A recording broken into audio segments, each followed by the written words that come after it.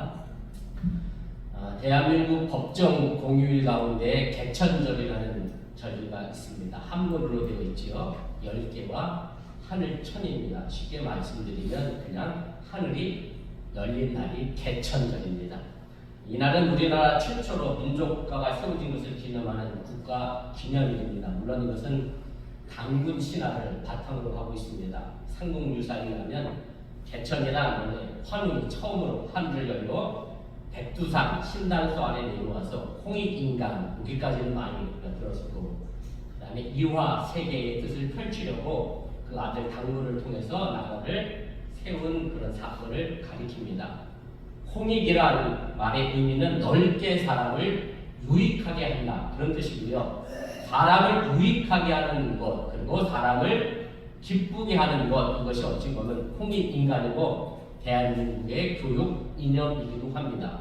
그리고 이화세계라고 하는 것은 바로 홍익인간으로 변화하는 세상을 말합니다. 그래서 결국 대한민국의 건국 이념은 사람들이 서로를 유익하게 만드는 세상을 만들기 위하여 단군 할아버지가 나라를 세웠다라고 하는 얘기고, 저는 사실 이 홍익인간이나 이화세계를 신앙적인 용어로 바꿔가면은 이것이 하나님의 뜻과 이 홍익인간과 이화세계가 별반 다르지 않다라고 생각합니다. 하나님이 우리를 땅에 보내셔서 우리를 바라보시며 기뻐하시고 또 우리를 통하여 변화되어져 가는 이 세상이 이화세계가 아니라 그것이 곧 하나님의 나라, 천국이라고 하는 사실 또한 여러분들이 기억하시기를 바랍니다. 그래서 개천이라고 하는 것은 문자 그대로 하늘이 열리는 것을 말하는 것이 아니라 사람들을 유익하게 하는 세상을 만들고자 하는 마음의 깨달음이라고 우리가 그렇게 볼 수가 있습니다. 다시 말씀드려, 마음이 열려있는 세상을 만들기 위하여 나라를 세우는 것이고, 우리가 서로를 위하여 하나님의 뜻을 바라보는, 그래서 서로에게 마음이 열려져 있는 우리 열방사랑교회가 또한 되어주시기를 주님의 이름으로 축원을 드립니다. 오늘은 교회력으로 부활절 7번째 주일입니다. 그리고 동시에 예수님이 하늘로 승천하신 것을 기념하는 승천주일이기도 합니다. 그리고 다음 주는 오순절입니다. 그리고 성령 강림절입니다. 오순은 말 그대로 영어로 펜타코스트라고 하잖아요. 펜타가 라틴어로 무슨 뜻인지는 아시죠? 여기가 마님터에 가면 넘어가면 펜타곤 있잖아요. 왜 펜타곤이죠? 오각형이잖아요. 펜타가 옵니다. 그 수는 뭐겠어요? 사순절에도 순들하고, 오순절에도 순들하고, 육순에도 순들하고. 이 한문이에요. 열흘 숫자 씁니다. 오순은 그래서 50이라는 뜻입니다. 아주 간단하게. 그럼 기준이 있어야 될 거 아니에요. 어디서부터 50, 오순이에요? 어디서부터 50이래요? 네, 신약성경 기준은 6월절이고요. 구약성경은 이걸 가지고 또 77절이라는 말도 쓰고, 왜냐면 7 곱하기 7은 49일, 그 다음에 50일. 구약성경은 그렇게 되고요. 예수님이 6월절 저녁에 돌아가셨거든요. 그리고 그 다음날 부활하셨어요. 6월절로부터 시작해서 50일째 되는 날이 오순절입니다. 예수님이 부활하셔서 이 땅에 며칠 계셨죠? 40일 계셨습니다. 그리고 승천하시고 며칠 뒤에 성령이 강림하시게 되죠? 열흘입니다. 도합 50일. 예수님이 부활하시고 50일째 되는 날 성령 강림 임했기 때문에 오순절과 성령 강림절은 같은 날이 됩니다. 예수님이 하늘로 승천하시고 그리고 하늘로부터 성령이 강림했는데, 이것은 바로 하늘이 열려 있다는 것을 의미하는 것이고, 그 열려진 하늘로 올라가신 예수님은 그 하늘로부터 다시 오셔서 이 땅에 하나님의 나라를 만들어 모든 사람을 기쁘게 하실 것임을 여러분들이 믿으시기를 바랍니다. 오늘 우리가 함께 읽은 본문 말씀인 누가복음 3장 21절에는 예수님의 개천이 기록이 되어져 있습니다. 본문 21절에 이렇게 됩니다. 백성이 다 세례를 받을 때 예수도 세례를 받으시고 기도하실 때에 하늘이 열리며, 이 말씀을 가만히 들여다보면 예수님만 세례를 받은 것이 아니라 백성들도 세례를 받았다고 기록을 합니다. 그리고 예수님의 세례를 받으시고 난 다음에 하늘이 열리며 성령이 임하면서 하늘 음성이 들려졌는데, 그 음성을 들은 것은 예수님 혼자 뿐이었습니다.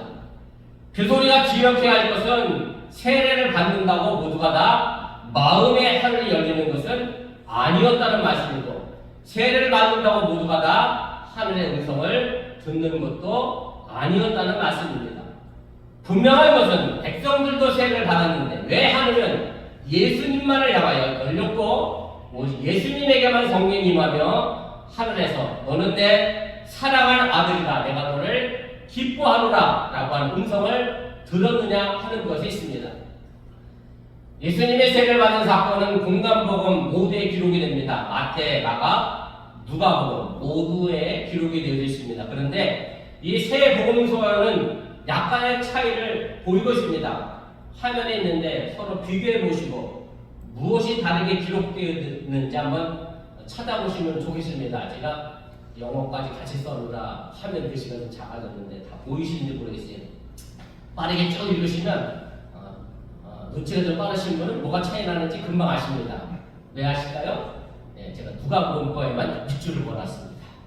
자, 제가 누가복음과에만 밑줄을 걸었는데 왜 그랬느냐면 이것은 마태와 마가에는 없다는 얘기입니다. 누가복음에만 이 구절이 들어가 있다라고 하는 얘기고, 그래서 누가만 백성이 다 세례를 받았다라는 말이 있습니다. 마태와 마가에는 그 말이 없고요. 그리고 예수님이 기도하실 때 하늘이 열렸다라고 되어 있고 마태와 마가에는 기도하실 때라고 하는 이 단어가 들어가 있지 않습니다. 그래서 이 말씀을 비교해서 우리가 좀 생각해 보면 누가가 우리에게 강조하고 싶은 것은 뭐냐면 다른 모든 사람들도 다 세례를 받았지만 하늘이 열리지 않았고 성령이 임하지 않았고 하늘의 음성이 들려지지 않았는데 유독 예수님에게만 그 하늘에 열리고 하나님의 음성이 들려섰다라는 것을 차별을 두기 위하여 이렇게 강조를 하고 있습니다. 그러면서 그럼 도대체 이 차별이 왜 생겼느냐 그 원인도 그 이유도 우리에게 분명하게 가르쳐 줍니다. 어렵지 않습니다. 예수님이 뭐 하셨어요? 기도하실 때라고 분명하게 누가는 우리에게 알려주고 밝히 그 말을 드러내고 있습니다. 예수님에게만 하늘이 열리고 성령이 임했고 하늘 음성이 들려지게 된 것은 오직 예수님만이 기도했기 때문이다 라고 하는 것이 누가가 하고 싶었던 말이었다라고 하는 얘기입니다. 누가는 누가복음 전체에 걸쳐서 다른 복음서와는 다르게 기도를 매우 강조를 합니다. 그것은 누가는 기도의 중요함 그리고 기도의 절실함, 기도의 힘을 알고 있는 사람이었다는 것을 우리에게 알려주고 있습니다. 사실 여러분들이 누가복음을 처음부터 끝까지 한 번쯤은 읽어보셨을 것 같아요. 왜냐하면 여러분들이 성경을 뭐하고 계시는 중이죠? 필사하고 계시는데 글자만 필사하셨으면 몰랐을 거고 글자만 필사하신 건 아니죠? 네, 내용을 꼼꼼히 읽어서 필사하셨으면 이 차이는 분명히 드러납니다. 그래서 보면 기도에 대한 용어가 누가에는 굉장히 많이 등장합니다. 47번을 사용하고 있고요. 마태는 17번, 마가는 12번. 요한복음에는 기도라는 단어가 한 번도 사용되지 않고 있음을 알게 됩니다. 좀 더 구체적으로 말씀을 드리면 예수님께서 세 명의 제자들과 함께 산에 올라가서 영광스러운 모습으로 변화된 사건이 있습니다. 일명 변화산 사건의 이야기입니다. 이 말씀을 보면 산에 오르는 이유가 마태와 마가는 그 이유를 밝히지 않고 있는데 누가복음에서는 그 이유를 이렇게 설명합니다. 누가복음 9장 28절인데 예수께서 베드로와 요한과 야고보를 데리고 기도하시러 산에 올라가사 예수님의 산에 올라가신 이유는 기도하러입니다. 분명하게 목적을 밝힙니다. 또한 12제자를 선택하는 장면에서도 마태와 마가는 그냥 능력을 주기 위하여 제자를 불렀다라고 되어 있는데 누가는 누가복음 6장 12절 13절에서 이렇게 말합니다. 이때 예수께서 기도하시러 산에 가사 밤이 새도록 하나님께 기도하시고 밝음에 그 제자들을 부르사 그 중에서 12를 택하여 사도라 칭하셨으니 이뿐이 아닙니다. 우리가 잘 알고 있는 그 유명한 베드로의 신앙 고백에서도 마태와 마가와는 달리 누가복음 9장 18절에서 이렇게 말합니다. 예수께서 따로 기도하실 때에 제자들이 주와 함께 있더니 물어 이르시되 우리가 나를 누구라 하느냐. 결국 높은 산에서의 영광스러운 변화나 제자들을 부르신 사건이나 베드로의 신앙 고백 사건은 적어도 누가에게 있어서는 기도의 응답이었다는 것을 우리에게 말씀해 주고 있습니다. 누가는 거의 모든 예수님의 삶과 능력을 기도의 응답으로 보고 있습니다. 누가복음 곳곳에서 우리는 얼마나 누가가 기도를 강조했는가를 잘 알게 됩니다. 더교를 보면 21절에 말하고 있는 것처럼 누가는 기도하실 때라고 말하고 있습니다. 이 말은 현재 진행형입니다. 다시 말씀드리면 하늘이 열리고 성령이 임하고 하나님의 아들임을 깨닫게 한 하늘의 음성은 진행 중인 예수님의 기도에 대한 응답으로 하나님께서 주신 것이라고 하는 사실입니다. 사실 누가복음에 기록된 기도의 응답은 기도가 진행되고 있는 가운데 주어지는 것이 그 특징이라고 할 수가 있습니다. 누가복음 1장 10절에서 보면 백성들이 성전 밖에서 기도하고 있을 때에 하나님의 천사가 사가랴에게 나타나죠. 그리고 그의 기도의 응답으로 세례 요한을 주실 것이라고 말합니다. 높은 산에서 영광스럽게 변화된 사건도 예수님께서 기도하시는 중에 그 사건이 일어나게 됩니다. 누가가 아까 쓴 사도행전에도 예외는 아닙니다. 사도행전 10장 1절 이하에 보면 베드로에게 전도받은 백부장 고넬료 역시 기도하던 중에 하나님의 환상을 보게 됩니다. 그리고 베드로도 기도하던 중에 백부장 고넬료에게 가라고 하는 예수님의 음성을 듣게 됩니다. 사도행전 12장에 가서도 베드로가 감옥에 갇혀있을 때 구출받은 사건 역시 초대교회 성도들이 기도하고 있을 때 문문이 열리고 베드로가 감옥에서 나왔다라고 그렇게 누가는 기록을 하게 됩니다. 누가복음을 관통하고 있는 주제 가운데 기도가 있음을 우리는 분명하게 알게 됩니다. 예수님의 모든 사역은 기도에 대한 응답이라는 것을, 그리고 예수님의 말씀 역시 기도 속에서 나오는 것임을 우리에게 알려주고 있다는 그런 얘기입니다. 이것은 예수님만의 이야기는 아닙니다. 누가가 쓴 사도행전 역시 기도 속에서 이루어진 사도들, 다시 말씀드리면 초대교회의 사역이었음을 우리에게 알려줍니다. 다음 주가 성령 강림절입니다마는 초대교회의 성령 강림의 역사가 일어난 것은 초대교회 120명의 성도가 마가의 다락방에서 모여서 간절히 기도하고 있을 때에 성령 임한 사건이 이루어졌다라는 것을 여러분들이 잊지 마시기를 바랍니다. 이것은 누가복음에만 있는 예수님의 말씀에도 나타나 있습니다. 누가복음 11장 13절 후반부에 누가는 이런 얘기를 합니다. 너희 하늘 아버지께서 구하는 자에게 성령을 주시지 않겠느냐. 성령은 기도하는 사람의 것임을 분명하게 우리에게 알려주고 있습니다. 이런 점에서 살펴볼 때 믿는 사람은 결국 누구냐? 기도하는 사람이 믿는 사람임을 여러분들이 잊지 마시길 바랍니다. 늘 그런 얘기 많이 하죠. 믿는 사람의 기도는 뭐와 같다? 그런 얘기 못 들어보셨어요? 믿는 사람의 기도는 호흡과 같다 그래. 영적인 호흡. 쉽게 말하면 믿는 사람이 기도하지 않으면 죽습니다. 집사람이 고관절, 인공관절을 낀 이후에 저희가 같이 수영장을 다니거든요. 수영을 해보면요, 숨을 한꺼번에 몰아쉬면 수영하다 죽습니다. 고개를 간혹 들고 계속 숨을 쉬어줘야 수영을 계속할 수 있습니다. 마찬가지로 기도도 물론 하나님이 정급하시면 한꺼번에 몰아서 해도 들어주시긴 하는데, 기도는 몰아서 하는 것이 아니라 평소에 늘 해야 하는 것이 기도임을 여러분들이 잊지 마시기 바랍니다. 그래서 기도는 생활이고, 기도는 삶의 절실함이고, 그리고 기도는 행동입니다. 제가 늘 하는 말이 있습니다. 기도는 일평생 몇 번 하면 좋겠느냐. 제가 농담 삼아 우스갯소리로 간혹 하는 얘기인데, 우리 오지사님 큰 고개를 끄덕이셔서, 오지사님 기도는 평생 몇 번 하면 좋을 것 같아요? 이거 맞추면 제가 설교를 빼드릴게요. 제가 맞는다. 기도는 평생 몇 번 하면 좋을까요? 네? 죽을 때까지. 맞아, 죽을 때까지 해야 되는데 내가 횟수를 물었잖아. 몇 번? 몇 번? 저는 한 번이면 족하다 생각합니다. 그러니까 이런 그랬죠. 왜 기도를 한 번만 하시지 저분은? 왜냐? 기도는 어떻게 하고 사도 바울이 쉬지 말고 기도해라.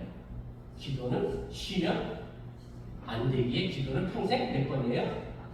한 번이면 족합니다. 내가 기도를 3번, 4번 했다는 얘기는 기도하다가 뭐 했다는 얘기예요?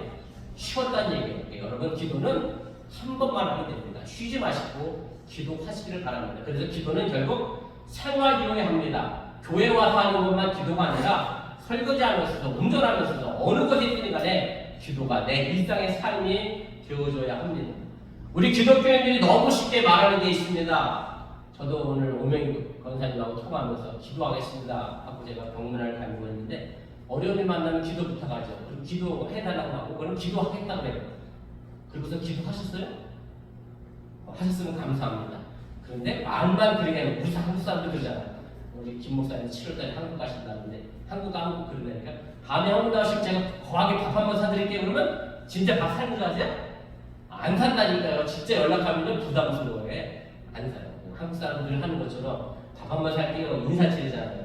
근데 우리 딸은 그 말을 이해 못하더라고요. 미국에서 살아서. 밥 산다고 해서 뭐 해야 돼? 사야지. 말만 하고 왜 밥을 안 사냐는 거 한국 사람들은 이상하대. 기도도 마찬가지입니다. 말로 하는 기도가 아니라 행동의 삶이 우리에게 중요한 능력이 된다는 사실을 여러분들이 잊지 마시기를 바랍니다. 제가 아주 이해하기 쉬운 예를 좀 들어보겠습니다. 제가 20여 년 전에 대장암에 걸려 수술하고 항암 치료를 했습니다. 대장암 병기가 초기가 아니었기 때문에 저를 병문안 오시는 분들은 제가 죽을 것이라 생각해서 펑펑 울면서 병문안을 하고 갔습니다. 저와 집사람은 그렇게 생각 안 했던 것 같아요. 죽을 거라 생각 안 했던 것 같아요. 저희는 그렇게 많이 안 울었던 것 같은데 아무튼 친구들이고 뭐고 지난주에 왔던 그 친구도 오자마자 저를 붙들고 얼마나 펑펑 울고 갔는지 제가 35살이었거든요. 그때 막 울고 갔어요. 그리고 2년 제가 항암 치료하고 수술하고 그렇게 했는데 수술하고 병상에서 성탄절 예배를 저희 부부끼리 드렸습니다.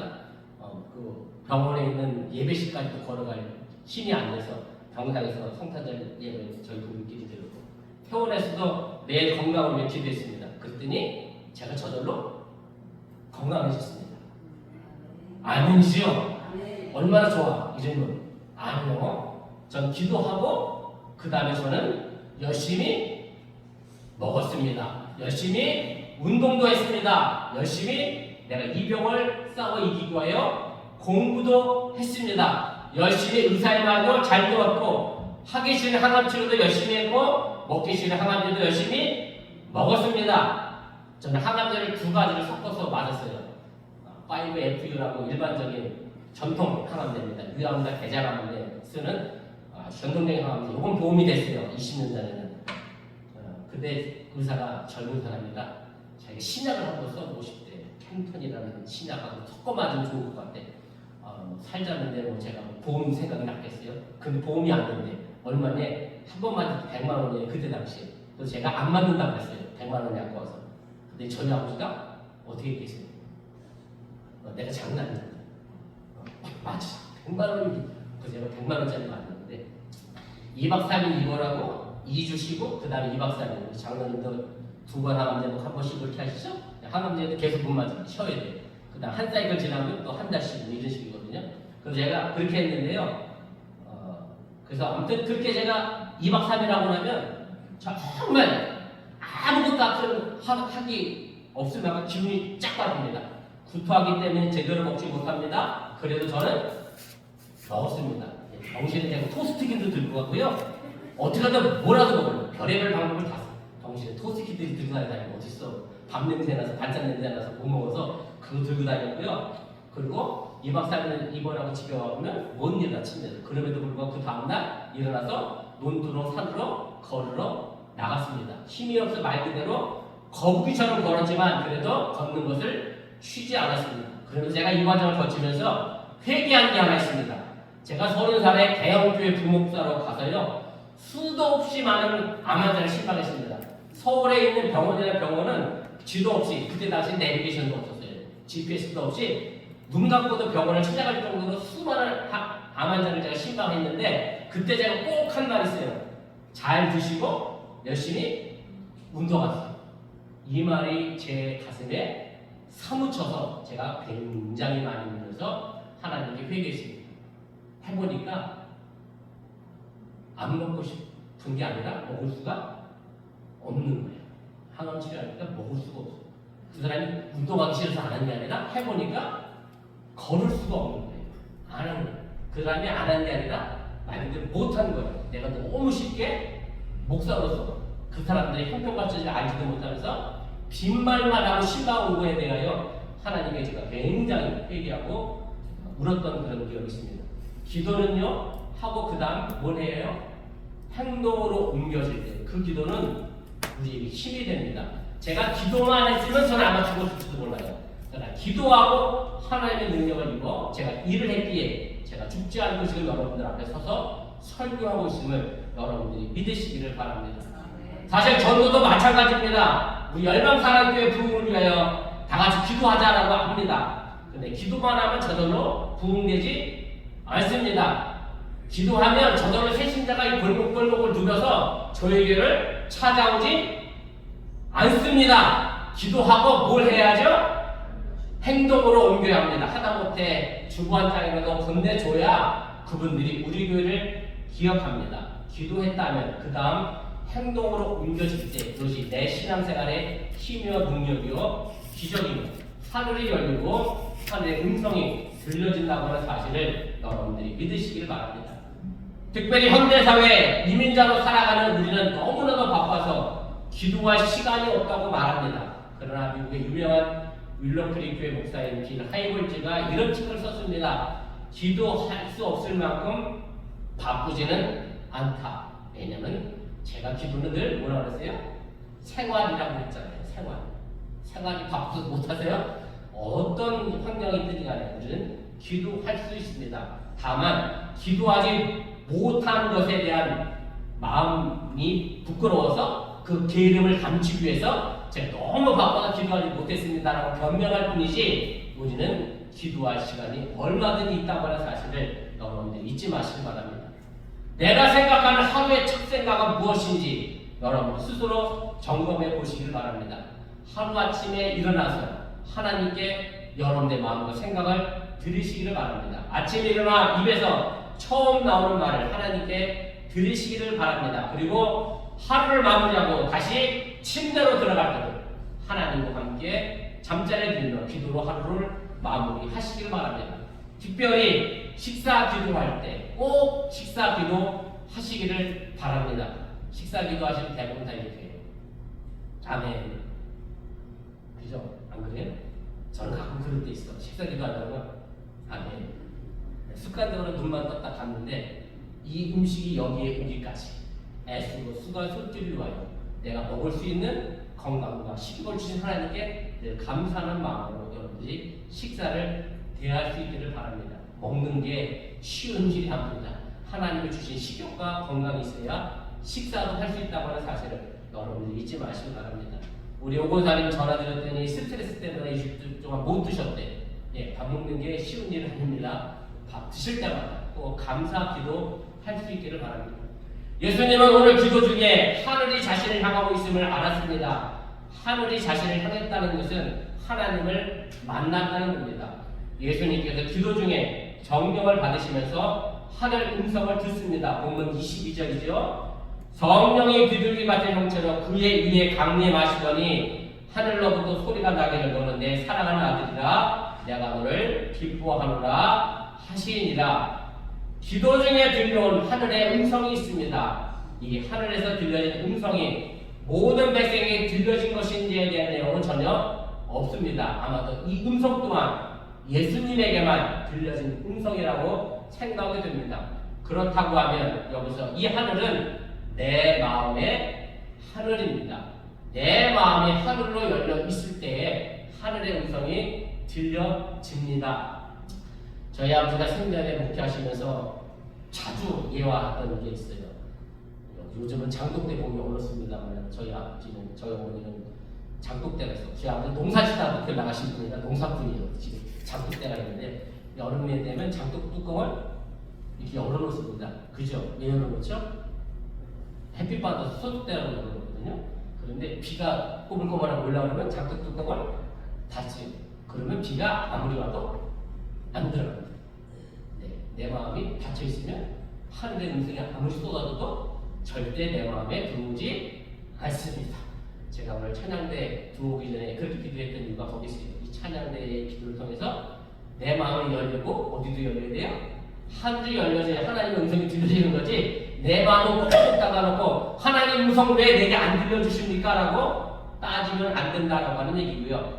내 마음에 하늘을 열고 하나님을 만날 수 있기를 주님의 이름으로 만들이 축원을 드립니다. 우리는 자꾸만 기도를 내 밖에서 하려고 합니다. 내 욕심을 구하려고 하죠. 이 환경을 어떻게 바꿔달라, 내 자녀가 어떻게 됐으면 좋겠다, 자꾸 밖에서 일어나는 기도를 이야기합니다. 그러나 우리는 기도는 내 안에서 해야 합니다. 내가 너를 기뻐하노라 라고 하는 이 말은 히라버로 엔소 유도케사라고 하는 단어를 사용합니다.